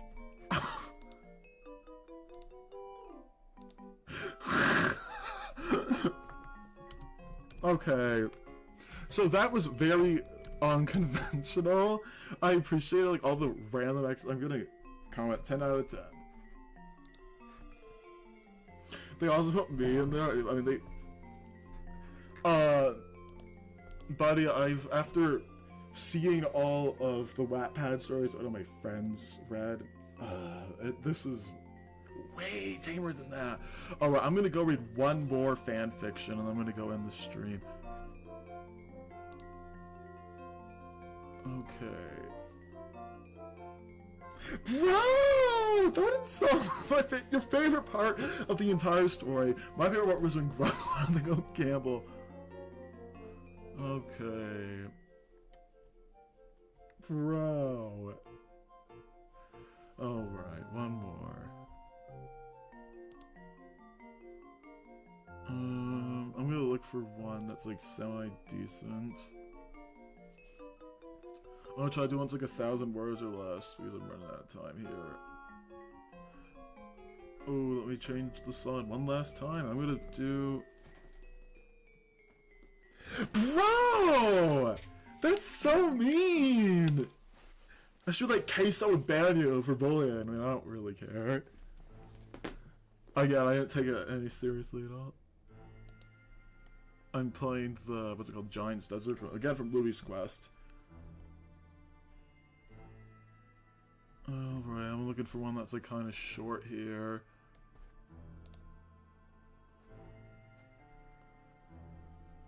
Okay, I'm gonna read this one. This is a poem for a bread bug. A poem for a bread bug. Love of my life. Plench needs glue. I don't know how to say that. I see you on the pavement and I say yay. Bread of bug, soul of power. My feelings for you, they are so dire. Soft and squishy, you set my heart afloat. Flowers bestow you, forget me nots. Maybe you're an enemy, that's not so bad. But when I see you, I think, dude, that's so rad. I shower you with food, and yet I stay famished. How funny and cute and totally outlandish. Bouncy and silly, you scream like, ah! If you are hurt, I will feed you lasagna. My buddy, my chum, you have the key. You have the heart to the scorn its knees. Okay, that is... I already left kudos in there. Alright, I'm gonna read one more for real, because that was only, like, was the haiku. Oh, wow! I read that back in, you know, I'm gonna do the other comment there. I read it back in November of 2024. Didn't even realize that.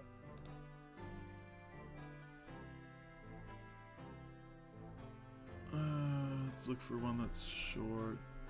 Sure, this one. Okay, so this is called... Oh, I forgot to say who made the bread bug one. It will say on the thing. Side Knees is Stubborn by Elf Null. I think I'm saying her name wrong. Hey, this is my first work on here. Sorry if it ain't the best. It's quite fluffy. I hope you enjoy. I tend to write very specific and particularly, not on purpose, just automatically, not unnecessarily details. Change in the future. In the mist of dusk, the SS shepherd seems quiet and still except for two people. Meanwhile, in this is Yanni's. I don't know how to say that. Yanni's room. The lamps were dimmed. Tiny particles of dust showering as they were tiny stars. Decoring the beams of light in the room, Yanni lies reading a book under his blanket. Right under the one of the softly lit lamps, the book with a light romance novel. No, it's not! Stop lying, bro. Deku Yanni is not in that. That was only in that one. It's like one line. Where am I? Probably one of the hundreds he owns. Although in the middle of reading, he gets a small knock on his door. He puts the bookmark. He puts a bookmark in his book and carefully sits down, waiting to the door. He opens the door and sees, I don't know, this is like Siamese who is wearing loose pajamas, seemingly restless. Bro, get out! It's not always canon. Deku Yanni's bad. I mean, first of all, like Deku's like about 16 and Yanni's not. But I'm just gonna assume he's age stopped because, you know, don't want to be weird. Oh, jeez, of course you do. I don't have time today, but I will. I'll read that next time I do this.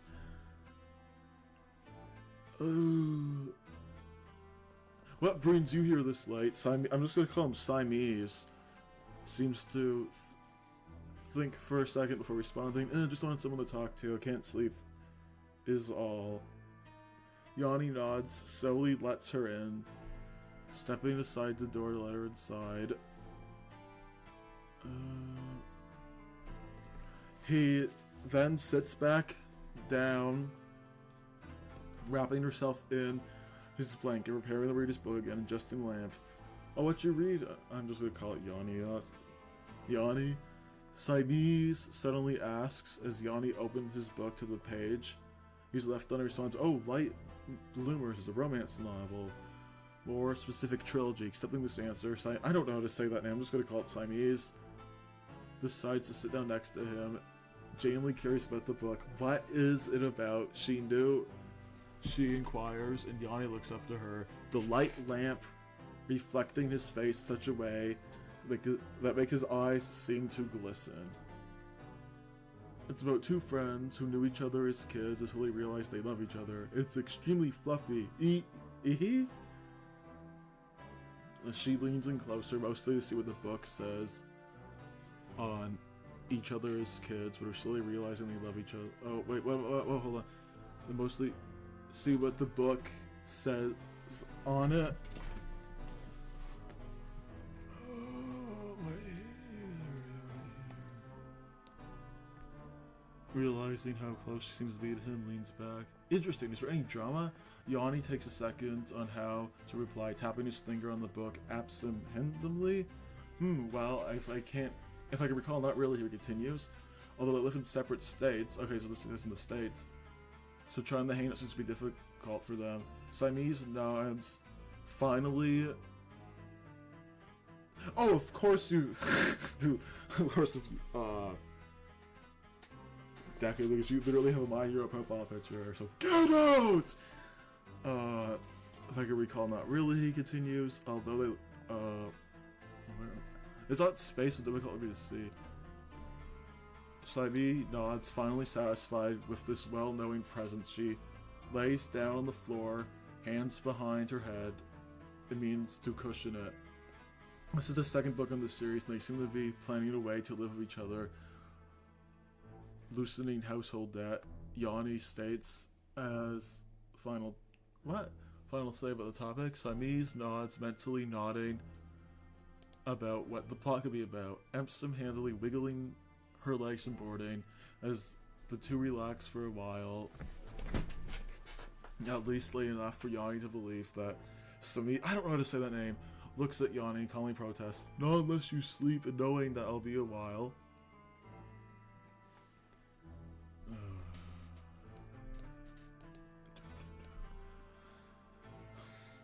She speaks at the end of the sentence. Yanni realizes this means her stay up because of his odd sleep schedule and decides not to take it. Yeah, to be fair, Yanni does have a weird sleep schedule because he's been the doctor.